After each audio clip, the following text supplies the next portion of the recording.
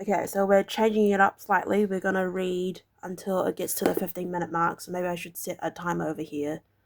And then we'll stop whenever that happens.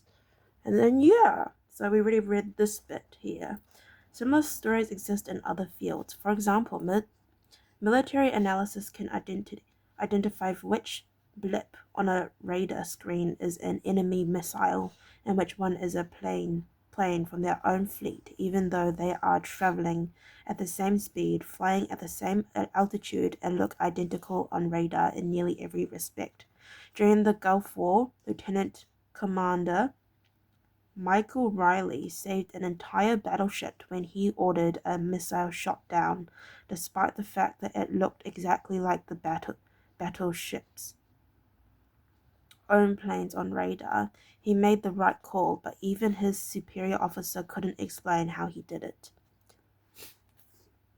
Wait, sorry.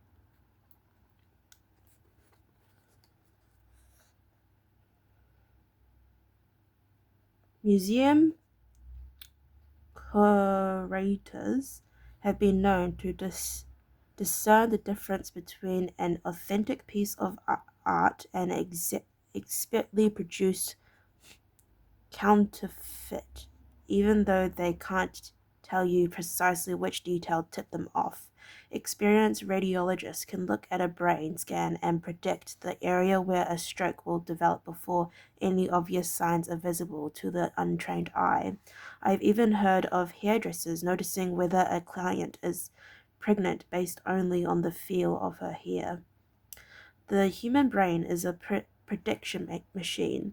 It is continuously taking in your surroundings and analyzing the information it comes across. Whenever you experience something repeatedly, like a paramedic seeing the face of a heart attack patient or a military analyst seeing a missile on a radar screen, your brain begins noticing what is important, sorting through the details and highlighting the relevant cues, and cataloging that information for further use. With enough practice, you can pick up on the cues that predict uh, certain outcomes without consciously thinking about it. Automatically, your brain echoes the lessons learned through experience. We can't always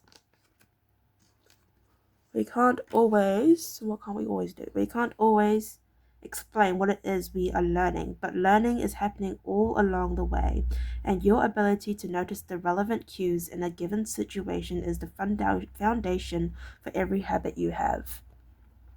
We underestimate how much our brains and bodies can do without thinking. You do not tell your hair to grow, your heart to thump, your lungs to breathe, or your stomach to digest, and yet your body handles all this and more on autopilot. You are much more than your conscious self. Consider hunger. How do you know when you're hungry? You don't necessarily have to see a cookie on the counter to realize that it is the time to eat. Appetite and hunger are governed unconsciously. Your body has a variety of feedback loops that gradually alert you when it is time to eat again, and that track what is going on around you and within you. Cravings can arise thanks to hormones and chemical circulating through your body. Suddenly you're hungry even though you're not quite sure what tipped you off. This is one of the most surprising insights about our habits. You don't need to be aware of the cue for a habit to begin. You can notice an opportunity and take action without dedicating conscious attention to it. This is what makes habits useful. It's also what makes them dangerous. As habits form, your actions can come under the direction of your automatic and non-conscious mind. You fall into old patterns before you realize what's happening. Unless someone points it out, you may not notice that you cover your mouth with your hand whenever you laugh, that you apologize before asking a question, or that you have a habit of finishing other people's sentences. And the more you repeat these patterns, the less likely you become to question what you're doing and why you're doing it. I once heard of a relief clerk a retail clerk who was instructed to cut up empty gift cards after customers had used up the balance on the card. One day, the clerk cashed out a few customers in a row who purchased with gift cards. When the next person walked up, the clerk swiped the customer's actual credit card, picked up the scissors, and then cut it in half entirely on autopilot before looking up at the stunned customer and realizing what had just happened. Another woman I came across in my research was a former preschool teacher who had switched to a corporate job. Even though she was now working with adults, her old habits would kick in, and she kept asking coworkers if they had washed their hands after going to the bathroom. I also found the story of a man who had spent years working as a lifeguard and would occasionally yell, "Walk," whenever he saw a child running. Over time, the cues that spark our habits become so common that they are essentially invisible. The treats on the kitchen counter, the remote control next to the couch, the phone in our pockets. Our responses to these cues are so deeply encroached that it may feel like the urge to act comes from nowhere. For this reason, we must begin the process of behavior change with awareness. Before we can effectively build new habits, we need to get a handle of our current ones. This can be more challenging than it sounds because once a habit is firmly rooted in your life, it is mostly non-conscious and automatic. If a habit remains mindless, you can't expect it to improve. You can't expect to improve it.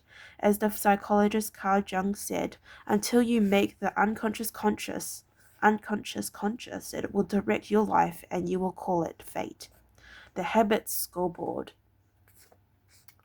The Japanese railway systems is regarded as one of the best in the world. If you ever find yourself riding a train in Tokyo, you'll notice that the conductors have a peculiar habit.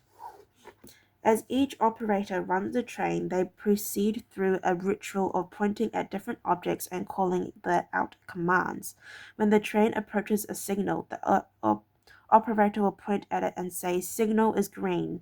As the train pulls into and out of each station, the operator will point at the speedometer and call out the exact speed. When it's time to leave, the operator will point at the timetable and state the time. Out on the platform, other employers are performing similar actions, but before each train departs, staff members will point along the edge of the platform and declare, "All clear." Every detail is identified, pointed at, and named aloud. This process is known as pointing and calling. It's a safety system designed to reduce mistakes.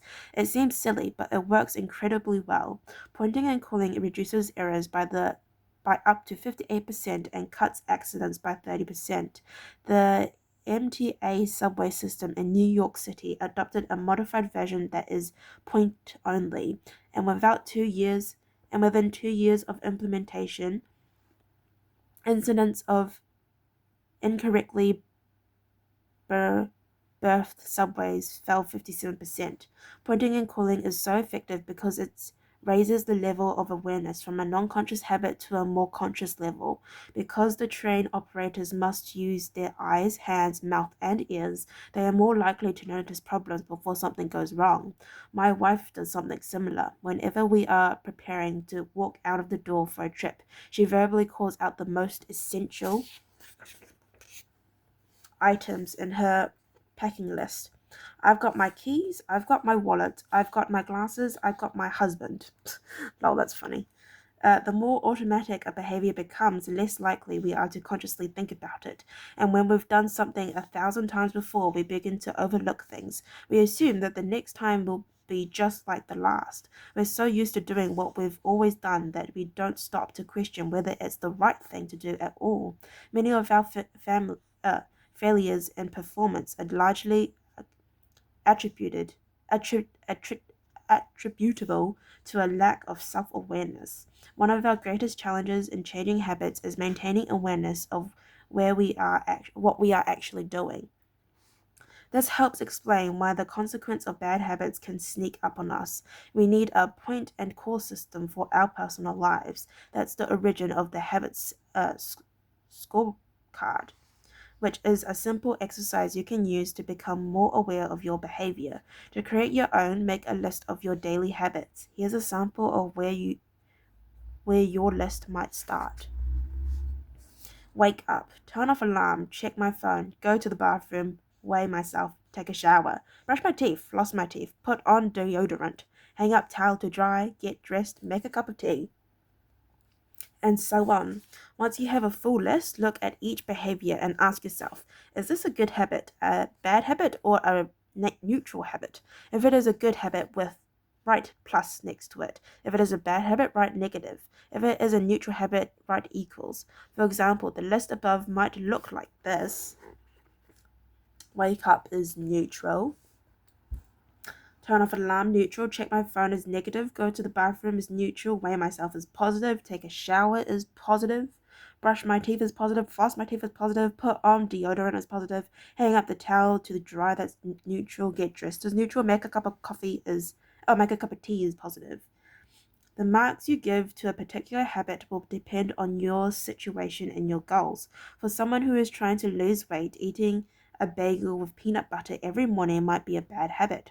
For someone who is trying to bulk up and add muscle, the same behavior might be a good habit. It all depends on what you're working towards. Scoring your habits can be a bit more complex for another reason as well. The labels good habit and bad habit are slightly inaccurate. There are no good habits or bad habits. There are only effective habits. That is effective at solving problems. All habits serve you in some way, even the bad ones, which is why you repeat them. For this exercise, categorize your habits by how they will benefit you in the long run. Generally speaking, good habits will have net positive outcomes. Bad habits have net negative outcomes. Smoking a cigarette may reduce stress right now. That's how it's serving you, but it's not a healthy long-term behavior. If you're still having trouble determining how to rate a particular habit, here is a question I like to use. Does this behavior help me become the type of person I wish to be? Does this habit cast a vote for or against my desired identity? Habits that reinforce your desired identity are usually good. Habits that conflict with your desired identity are usually bad.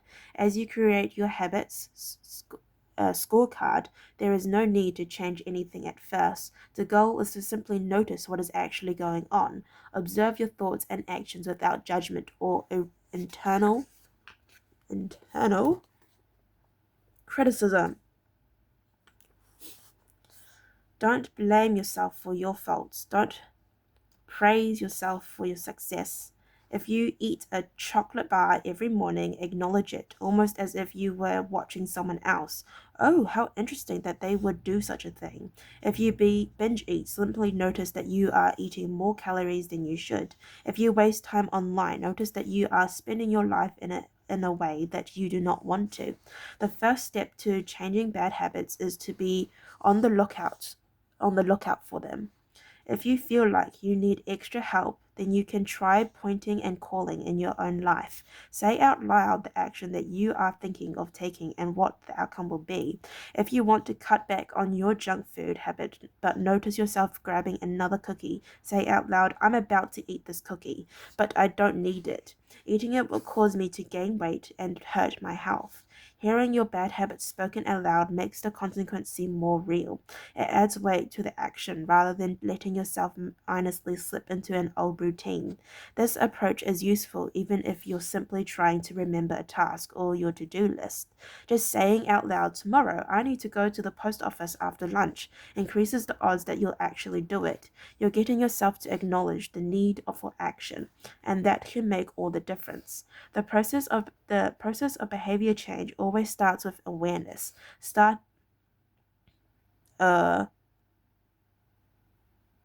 Strategies like pointing and calling and the habits scorecard are focused on getting you to recognize your habits and acknowledge the cues that trigger them, which makes it possible to respond in a way that benefits you. Look at that. We have reached 14 minutes, so that's pretty good. So I'd like to thank you very much for watching, and hopefully if you stay posted, I will see you next time. Bye-bye.